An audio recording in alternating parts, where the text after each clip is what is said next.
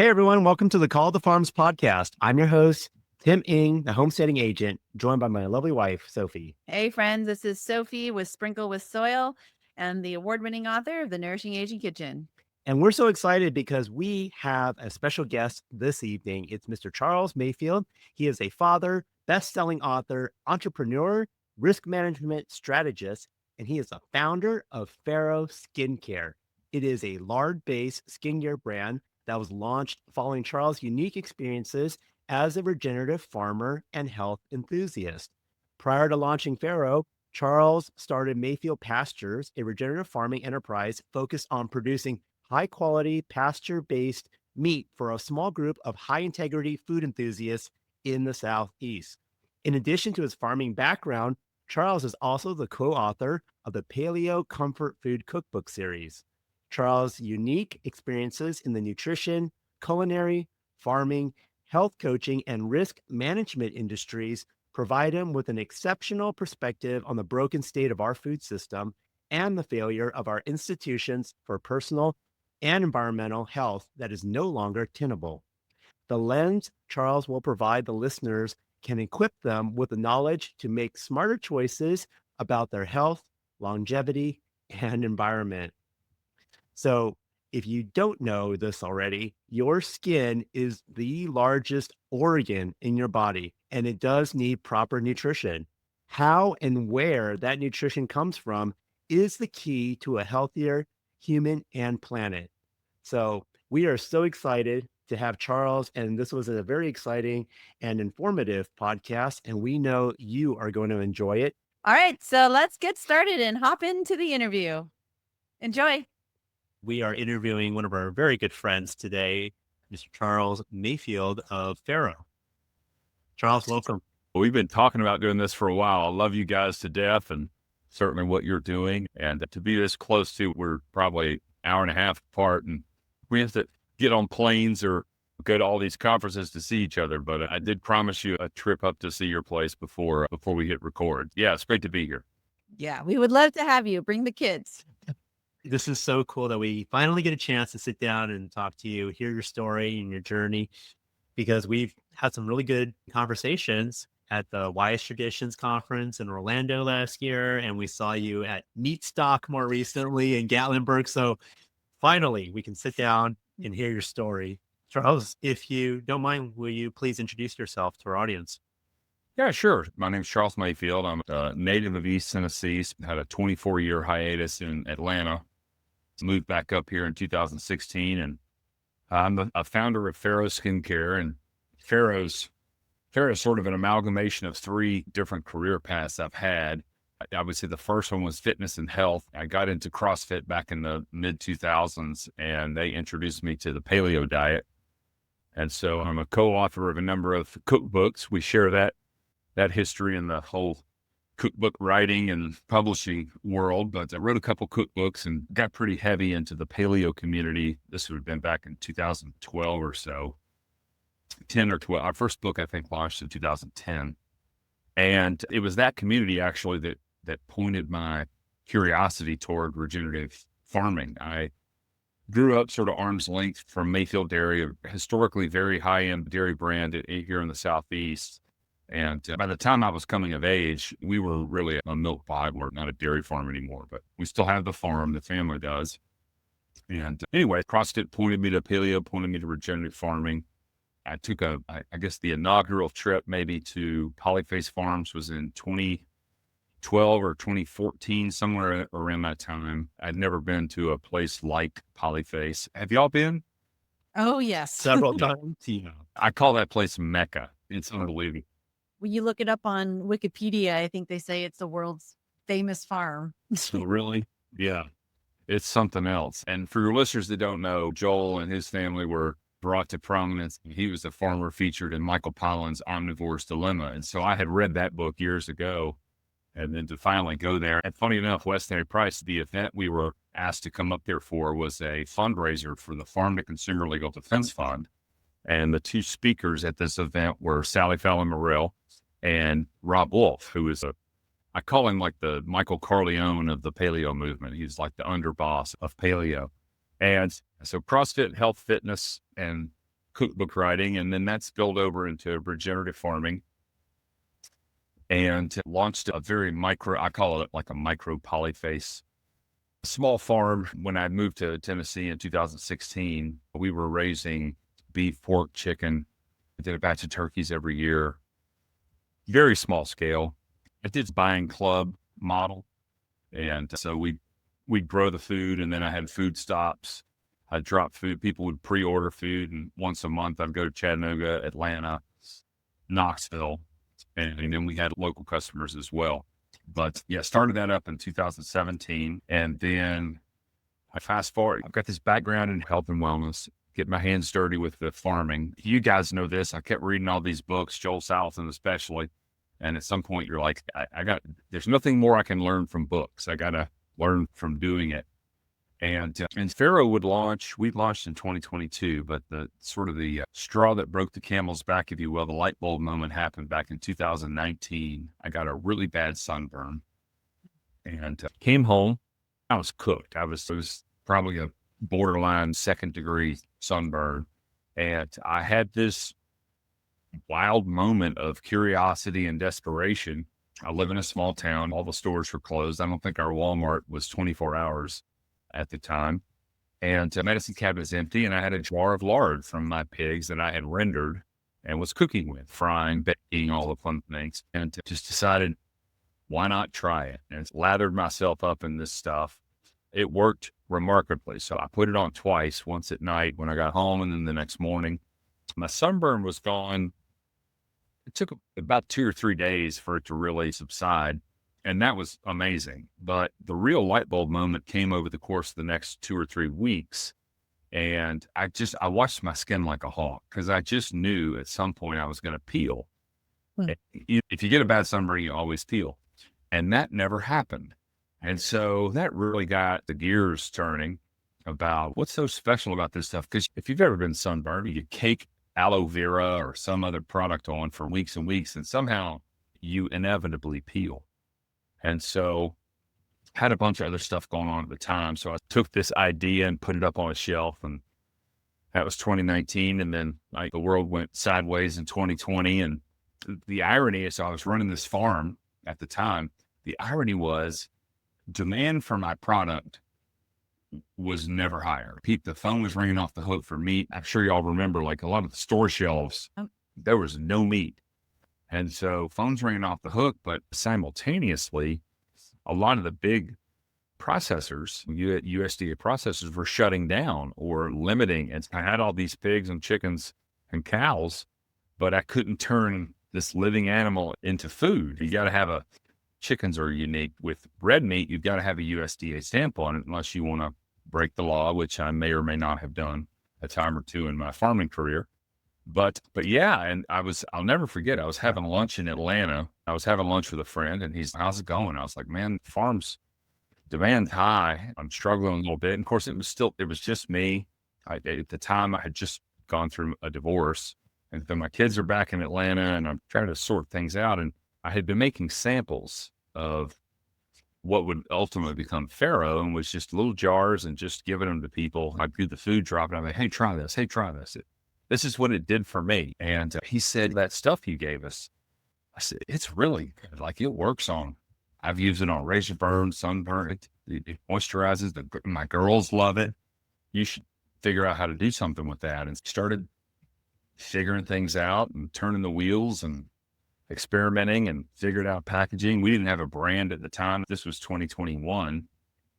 And yeah, went through this whole, so that we actually tried to launch the company on Kickstarter. I'm sure y'all are familiar with Kickstarter. And I set a goal for what I thought we needed to capitalize the company and get it going. I probably, in retrospect, set it too high, but with Kickstarter, if you don't meet your goal, you don't get any of the funds. And so we ended up coming up a little short of our goal. And at the time, there was for farms, this was my farming business. And at the time, there was a EIDL loan opportunity. This is post-COVID agricultural thing. And so I was able to go out and secure some funding that way. And we, instead of trying to find another crowdfunding page and do all that. I was like, let's just launch the company. And so, yeah, we officially launched in January of 2022, but I attended my first, I'm hesitant to say this is my first, but I think I attended my first Wise Traditions conference, Allen, Texas, in November of 2021. Okay. Yeah. And I met a lot of people that I knew, and it was great. And I just brought samples. Hey, try this. Hey, try this. And the funny thing, and this is still the case today, Sophie, you'll both understand this. I show up at West Enterprise and I'm like, I'm not going to have to explain this product to anybody. Everybody's going to get it. And it was the most remarkable 3 days because I stood behind that table and everyone would come up, hey, try this. And they're like, oh, this is tallow. No, it's not tallow. This is lard. Yeah, but it's the same thing. No, it's not. It was really remarkable. And I've since been on Hilda's podcast to unpack lard and reacquaint people with lard, but it's funny. Tallow gets all the press and it's the big thing with the Maha movement now. But as we say here at Farrow, the lard works in mysterious ways. And that's a short story. Farrow is an amalgamation of my joy and love in the kitchen, regenerative farming, and what I like to call my paleo lens. So y'all have heard this before. If you can't pronounce it, you shouldn't eat it. And I had honed that lens very well when it came to food, but I never shined it on skincare. And if you really want to talk about the thing that encouraged me to do this, I'm sitting here looking at my young kids at the time, they're 6 and 8 or 5 and 7. And I start reading the ingredient labels on most skincare products, and it is just a toxic soup of terrible. And so I was like, all right, this stuff worked. I don't want my kids poisoning themselves with all this stuff. And so that was really ultimately why we launched. And as it relates to your audience, Tim, I know we were talking before we hit record, but if you're going to start a homestead or try to figure out, one of my goals through this skincare company is to raise consumer awareness around the idea that if you raise a healthy, happy pig, their fat and our skin, as well as obviously eating it, right? It's pastured lard. We call it smart lard. Pastured lard is a remarkable nutrient-dense fat source. And so since skincare is a fat-based industry, I thought if we could raise more awareness and raise more demand for pastured, high-integrity pig fat, then all of a sudden a homesteader or a micro farm or somebody, it's a way to add value to the carcass. This was my thing as a farmer. Every little bit, That's right. you're trying to add value to the carcass. I think Will Harris does a great job of this down at White Oak Pastures. They take the carcasses, they make dog treat. They're taking every conceivable piece of this animal and repurposing it for consumer use. And of course, that was, no part of the animal went to waste 50, 75 years ago. And so that's really one of the big reasons why I do what I do is I'd like to value add carcass weight to all the people out there that are taking the time and the love and the energy it really does take to raise a proper, healthy, happy pig. Great. And that's really interesting because before we hit record, you actually sourced some of your lard from Will Harris's farm, White Oak Pastures. Yep, I have. Yeah. It's great. Yeah. We were just at the Modern Homesteading Conference in Idaho. We just got back and he was the keynote speaker there. And it was just really exciting to hear his story and their company's values. But just going back to what you're saying, I love that your story and our family stories got that synergistic bond in the health. And that's actually where, was it the first time we met? Was it Hack Your Health? I think so. Yeah. Maybe the last year of KetoCon. Right. That's right. As KetoCon. Yeah. Because James Berry introduced us. That's right. And, Yeah. And we did Hack Your Health in Austin Right. last year. And then I'm assuming, you're coming to Tampa. We crack a lot on travel this year. We're just doing a handful of events. And even then, it's just hard when you're homesteading. Believe me, that's one of the reasons I had to hang a farmer hat up. It's, you can't walk away from animals. You can, but you got to have somebody that understands how to care for them. And it's not as simple as turn the electric fence on and leave for a week. That doesn't exist in real farming. And one of the things that I would like to ask is, can you explain to our audience the difference between lard and tallow? Because I have gotten that question And I'd Sure. hear it from you. Who? Yeah, sure. Okay. So, yeah, we use 3 fats in our product. Okay. And so let's start with tallow because everyone seems to think they know what that is. Tallow is a placeholder term for the rendered visceral fat from a ruminant animal. Okay. So let's unpack all that.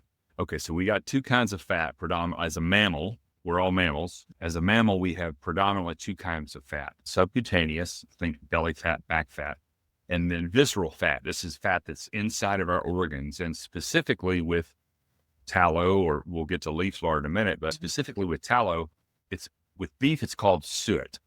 That's the raw fat that you That's right. harvest from the carcass. And so it's like the airbag for the animal's kidneys. We have similar fat internally in our organs, and it's like a seatbelt airbag for your kidneys. So if we have a collision, these precious sensitive organs aren't damaged in that collision. And so tallow is the rendered visceral fat from a ruminant animal. Now that's most commonly a cow, but you can have elk tallow, bison tallow, goat, sheep, Yeah. any ruminant herbivore. And so that's where tallow comes from. I'll add this visceral fat because it's organ fat, right? And so in the metabolic pathways of all animals, you have fat for protection, and then you have fat for storage. And the visceral fat is a protective fat, right? The airbag for the kidneys. So there's no metabolic pathway that will store, for better or for worse, anything in the visceral fat. Okay, that all gets stored in the subcutaneous fat. And the reason that's important, and I'm not making any claims about what other people do, but candidly, you can source tallow from a feedlot cow, and it's going to arrive to you in fairly high quality because there's no pathway where the cow takes its environment, for better or for worse, and stores it in that fat. Okay. So that's tallow. We'll jump over to leaf lard. I'm going to skip lard for a second. Leaf lard, if you haven't heard the term, is the tallow equivalent from a pig. If you hear the term lard, it is unique to a pig, full stop. And so internal organ fat on a pig is called leaf fat. I don't remember the etymology of why it's called that, but yeah, it's the organ fat from the pig. And again, if you've ever seen leaf fat in its raw form, or even tallow in its raw form, it's almost like a balloon that you fill with fat. It's this one big encased organ. And of course, we grind it up to render it. I would make similar claims about the leaf fat from a pig. You could, in theory, source leaf fat from a feedlot, CAFO raised pig, and it's going to show up with reasonably good macro and micronutrient levels, vitamin concentrations, and more importantly, it's not going to have any of the hormones or antibiotics in it that you might get with certainly the subcutaneous fat. So leaf lard is the tallow equivalent, but from a pig. Does that make sense? Yep. And All right. leaf lard is also, it has that web-like structure with the way that when we pull it out of a pig, it looks webby. There's a number of different kinds of visceral fats. Caul fat is another, especially with pigs and, well, any animal. Caul fat is, if you look at the stomach of any mammal, the stomach is encased in this very web-like, it literally looks like a spider web of fat. And if you ever get your hands on the caul fat of a pig, let me tell you, take that caul fat and extend it out and wrap a chicken in it, or wrap your tenderloin or something like that. It's a remarkably awesome fat flavor, or moisturizing piece of fat for any meat you're cooking. And so, yes, there's a couple of different internal types of organ fat, but when we talk about tallow, or when we talk about leaf lard, we're talking about the specific kidney fat inside the viscera, and it's this one big globule thing. And of course, you grind it up and render it. Now, lard is from the subcutaneous fat of a pig. So this would be the fat cap on your pork chop, or the fat lines that are in your bacon. This is all subcutaneous fat. Why this is important, and I would make the argument it's just equally as important for beef as well, is not equally as important. So pigs are monogastric omnivores, okay? Just like us. And so pigs, just like humans, are going to metabolize and store their environment, what they eat, how much play they're getting, how much exercise, do they have any friends? They're gonna store all that in their subcutaneous fat. Okay. So why is that important? 1% of the pork raised in this country grows up in an environment where they get to see the sun, where they're not overcrowded, where they're being fed properly, where they're living the life that a pig would like to live. I think Joel Salatin calls it express the pigness of the pig. And so in an environment not like that, which is, again, 99% of the pork raised, they're growing up in what I like to tell people is a concentration camp. It's overcrowded. There's a concrete floor. There's no sunshine, just abhorrent conditions. And in that environment, they get really sick, which means we got to have pharmaceutical inputs and antibiotics and all these various things. And all of those environmental exposures are going to ultimately get stored in their subcutaneous fat. So I like to we started a company for the puns and the sayings. I like to say the swine is divine, but the lard is hard. You have to raise a healthy, happy pig. And when you do, their subcutaneous fat is absolutely a spot on match to our biology, the human sebum that our glands produce. And so as a skin elixir, if you will, as a skin salve, it is remarkable. And so Sophie, there's the three fats: tallow, lard, and leaf lards unpacked for you and your listener. I hope that helps. I love it. I love it explained that way. I've only really just known that lard is particular to pigs. And then tallow, I know there's sheep tallow more for the ruminants. So it's great to know all of the differences between lard and tallow. Yeah. Well, and I'll add something else too. You don't see any rendered beef fat outside of tallow. You don't see any subcutaneous beef fat. Okay. You do see lard. And one of the reasons is, again, a cow is a ruminant. And if you've ever raised beef, for beef, not for dairy, if you've ever raised beef, it is incredibly hard to pack on extra pounds of fat on a ruminant animal. They've got to be eating the most nutrient dense pasture.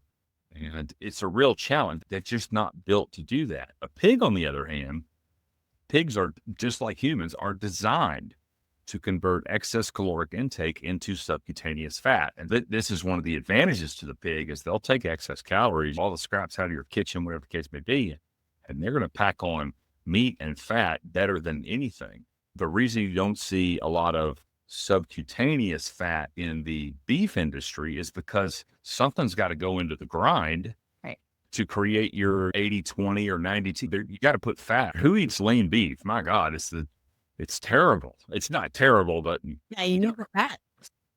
Even pork, like I don't really jam out on pork tenderloin because there's no fat on it. Now, if I had some caul fat to wrap around it, now we're talking. So what's really great to know is that the caul fat, I grew up with that with my mom buying it from the Asian grocery store, and she would wrap our meat with the caul fat. But since we've just eaten clean and we don't really have access to regeneratively raised caul fat, I don't even know where to buy that unless it was from your own farm or from a farmer. I think maybe even Polyface has it, but it's good to know that the way that it is, it might be an option to purchase that because it is more of the visceral fat. And here's another sort of cog in the wheel of what's wrong with the world today. Also, if you're getting your meat from a USDA processor, it's really hard for someone that's processing animals at scale to stop, take the time, peel the caul fat on, because there's a USDA inspector going, well, that's not in your report. And if you can get your hands on it, great. If you hunt deer, any mammal is going to have caul fat. Yeah. And so if you're deer hunting, when you go eviscerate that carcass and gut the animal, like peel there's a caul fat there. I promise. And I appreciate it because there's not much. Like we process our own sheep and goats, and it's the same thing. When I see it, I'm like, oh, super intact. And I will say this is one of the nice things about fat is if you had a caul fat, like ball that thing up, stick it in a Ziploc bag, pull all the air out of it, it'll freeze just fine. Yeah. And it'll thaw just fine. So you can, if you had a glut of caul fat, you harvest 3 or 4 or 5 animals, certainly save it, and it'll freeze and rethaw. And fat thaws and freezes very well. There's no water, so you don't have crystallization of ice or anything like that. And Yep. So, Charles, how much pig fat do you go through for the business? not a ton. A little goes a long way. Obviously, I'd like us to go through more. Yeah, I would say, gosh, to put a number on it, last year we probably went through, I can do some quick math here. We probably went through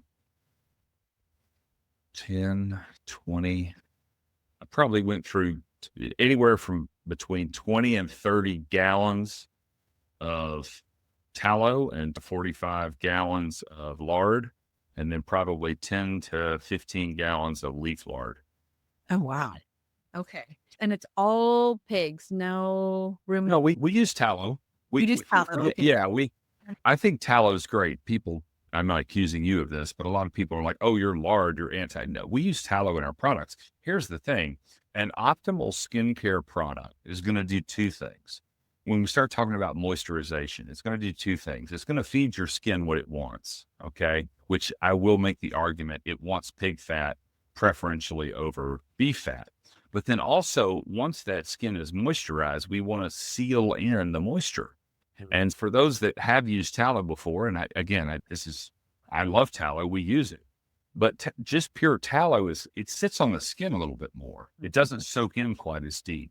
And I think that, candidly, if you just boil it down to biology, you're not a Ruminant. you're not a cow, you're not a pig either. But we train our surgeons on pigs. We use pig parts in human bodies. Like, the biology is a pretty damn spot on match, and we try to provide an all-in-one product where it's moisturizing the skin, but it's also sealing in that moisture so that it doesn't leave. And yeah, tallow and lard as a combination are a perfect formula for optimal skin. That's a Good to know. really good point. So what's the difference? You talked about leaf lard and regular lard. So are you using them differently in your products? Great question, Tim. Our two flagship products are skin food and face food. And so, this Right. lexicon of skincare, they've convinced everyone that the face is somehow different than the rest of the body. And so we have a facial product and we have a body product. And if you look at the jars, I've got some in here, but if you look at our jars, you'll see the ingredients are exactly the same. Mhm. But what we do is we flip the ratios a little bit. So let's just talk about leaf lard for a minute. It was a prized fat. It still is, but nobody knows about it. It was a prized fat for baking and frying because of the visceral nature of the fat. Again, there's nothing the pig metabolizes from its diet or environment and stores in the leaf fat. So it's odorless and it's colorless. And so if you're baking a pie crust or brownies or pancakes or biscuits, or you're frying chicken, it's not that leaf fat is not going to impart a smell or a flavor or a taste to the dish that you're cooking. So it allows whatever it is that you want the customer, if you will, to enjoy it. It's not tainting that at all. Lard, on the other hand, you've heard the term like a Spanish acorn finish, Spanish jamón, and a pig's subcutaneous fat is going to taste, smell, have the essence of whatever the heck it ate for the last 2 or 3 months of its existence. And a lot of this Spanish ham is prized because it's finished on acorns and there's this real nuttiness and richness to the fat. You don't get that with leaf lard. So in our facial product, we have a higher concentration, if you will, of leaf fat because it's up by the nose and not everybody's ready for let me say this. Our products do not smell like bacon. Everyone thinks our products are going to smell like bacon because their only visceral experience with pig fat is rendered bacon drippings. Yeah. Y'all smelt our product. There's hardly a smell to it. In fact, I would make the argument, not that it's good or bad, but I think tallow is a more odorous fat than lard. I think it's got smell to it. And some of that's driven by how you render it. A lot of people dry render, we wet render. There's ways to control and mitigate that sort of cooked meat smell away from the fat. So I wanted to ask, you said that you source some of your lard from White Oak Pastures and from other farms. Is there a certain criteria that you're looking for before you source for Well, absolutely. First and foremost, how's the animal raised? There's two big hills to die on here, and everyone wants to talk about what the animal's fed, and that is important. But I would say more important is how the animal's raised. So outdoors, fresh air, frequent movement, a truly pastured pig model. And so that's first and foremost. Then you get into what the animal's fed. When I was raising pigs, I drew the line at soy-free and non-GMO from a feed standpoint. And so I actually sourced my feed from Sunrise Farms. It's the same place that Joel sources his feed from. Yeah, we get 2 or 3 pallets every month of pig feed, usually in 50-gallon or 50-pound bags. But when we had a lot of pigs, I'd order it in a big sack. But yeah, and Tim, that's a good question. And here's the reason why it's a good question. What the animal eats, especially an omnivore, is important. However, here we go. Here's the analogy. Sophia, you're pretty handy in the kitchen, right? Okay. So the three of us will let Sally Fallon Morrell pick out our diet for the next 2 months. Okay. So she picks all the food. Sophie, I'll let you take a break. We'll hire, who's a good famous chef, world famous chef? Oh gosh, I can never remember his name. Who's the Iron Chef? Anyway, we get a world famous chef, and Sally's picked out the menu, and we'll get Bill Schindler. We'll get Ancient Nutrition. We'll get Bill. He's top of the heap, right? So Bill's going to cook all of our food. Okay. Sally's going to pick the menu. So nutrient depths, all this fun stuff. Here's the catch. Okay. The three of us have to live here in my office. It's a 10 by 10 room. We're going to close the blinds so no sunshine comes in here. We're going to have to pick a corner where we go to the bathroom every day, right? But we get the best food prepared by the best chef. We're going to come out of this office in 2 months sicker than dogs. Yeah. Okay. So sunshine, fresh air, activity, movement. These are so foundationally important. Everyone wants to talk about what the animal eats, but they don't want to talk about how the animal's raised. And I would say, and you guys know this, and your listeners know this, the more you invert that model and talk and focus more on sunshine, fresh air, fresh water, having friends, then the more room you have in what that animal eats, because the sun is probably the most important vitamin to any animal. Yeah. And so in the industrial model, that's the one thing denied pigs and chickens all the time. And those are the criteria, Tim. A pasture-based model, I would prefer non-GMO, soy-free. Okay. But I would even take non-GMO, because if it's non-GMO, even if you're feeding soy, then we know it's not Roundup Ready soy. It's not been tricked with.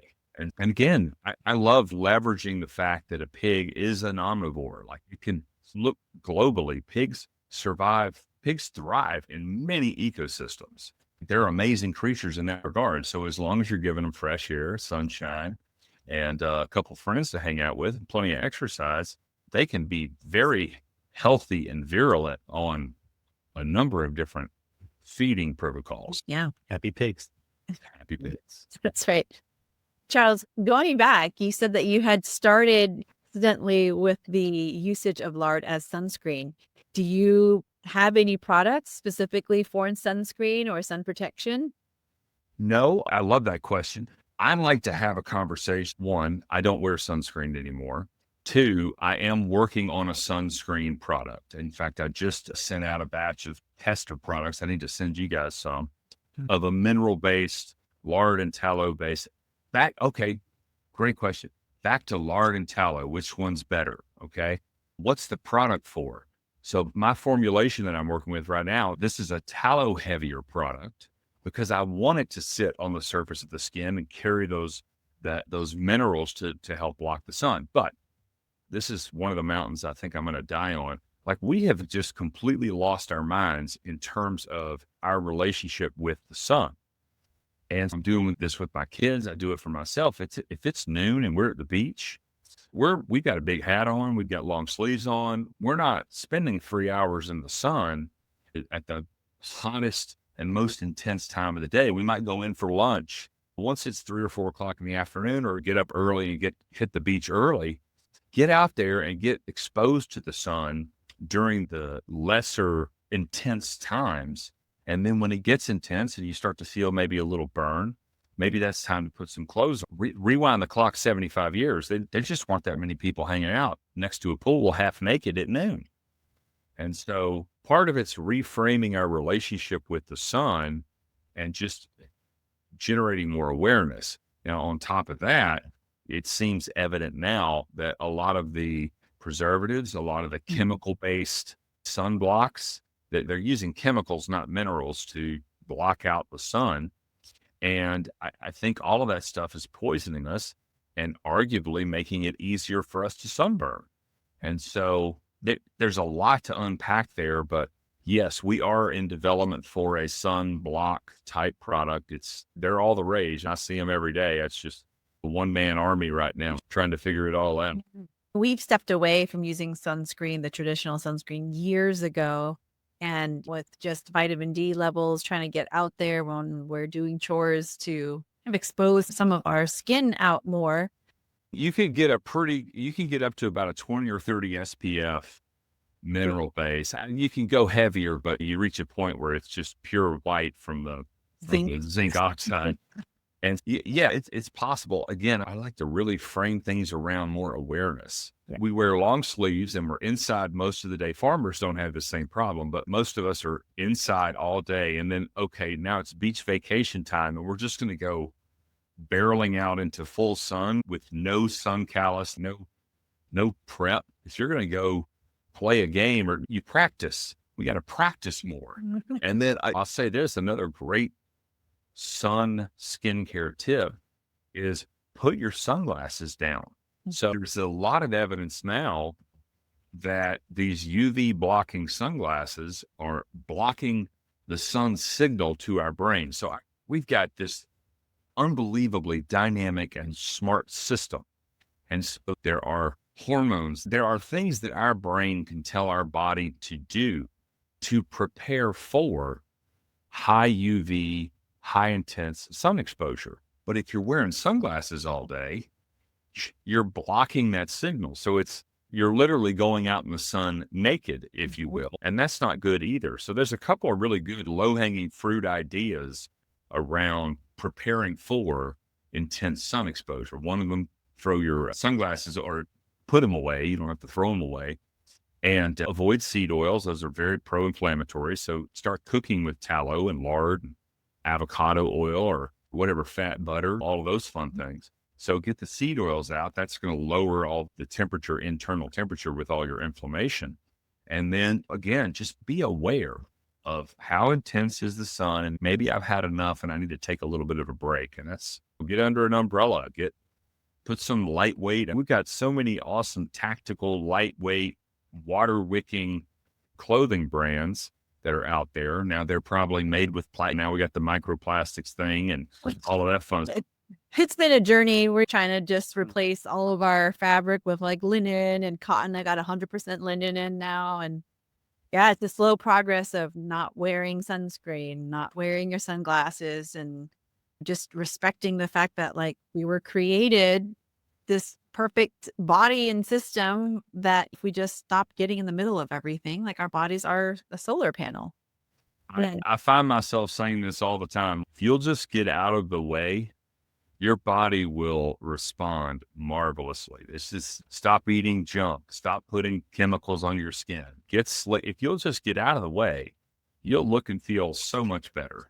I found your story very fascinating too, since you started off on a farm and then it became a business. And how long did it take for you to grow this into a thriving business? Oh gosh, you're making the assumption it's thriving now, but that's our 4th year. Wow. Oh, and we're, Tim, we're still trying to grow. I have not done any meta ads. We come on podcasts, which again, I'm eternally grateful for y'all having me on. And then I go to conferences. And so it's been organic growth. We've definitely reached a tipping point now. I farmed. So when we launched the company, I had full-time day job, farming, and Farrow. And about 3 or 4 months into that, I was like, oh God, something's got to give. And so I hung my farming hat up.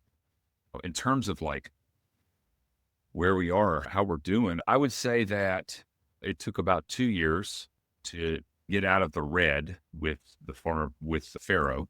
And we're stable now and trying to spread the word and just get it in front of more people. People love our product. It is hyper unique. It's very different in terms of texture and application. And your tallow product is way different than anything you'll buy at the store. So it's about walking the customer to the idea of putting this stuff on their skin. And if I'm being honest, I can't wait to farm one day again. I miss my pigs. They were my favorite farm animal. For all you homesteaders listening, I know chickens are the gateway drug to homesteading, but by all means, consider pigs. They are a remarkable animal, and more than one. They always need a friend, so get you a couple pigs. But yeah, one day I will farm again. That's fine because what you're doing right now is amazing. I love that it's come full circle where you started out in farming. Now you're producing this high quality product that is healthy for people to use, and you're using all of the pig, which is great. Nothing goes to waste. And it's just beautiful that you're doing that, and you're sourcing it from regenerative farms as well. And you're supporting those farms. So by doing all of these things and you're growing your business, that's beautiful. So thank you so much for sharing your story and your journey with our audience. Very inspiring. Yes, Charles. So great. How can our listeners find more information about you and Farrow? Our website is farrow.life, Farrow. And we mentioned before we hit record, I'll have a special link for you guys. I've got a discount code for your listeners that'll save them 15% on anything. If anyone's curious, and we'll have a link in the show notes for folks to go there. You can find us on Instagram at Farrow Skin. And I think that's our handle on X as well. But this technology stuff, man, I make great creams and I love to farm, but man, Shopify and technology and social media, it's a lot. That's great. We'll have all of the links down below in the show notes. So if you are interested in learning more and trying your hand at some of, literally and figuratively, definitely check out Farrow for your skincare products. Thanks so much. Thanks so much, Charles. Thank you, guys. This has been great.